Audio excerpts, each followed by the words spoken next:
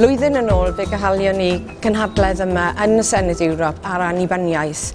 Yn y flwyddyn sydd wedi mynd heibio ers hynny, dyn ni wedi gweld newidiadau mawr yn digwydd ar draws y cyfandir.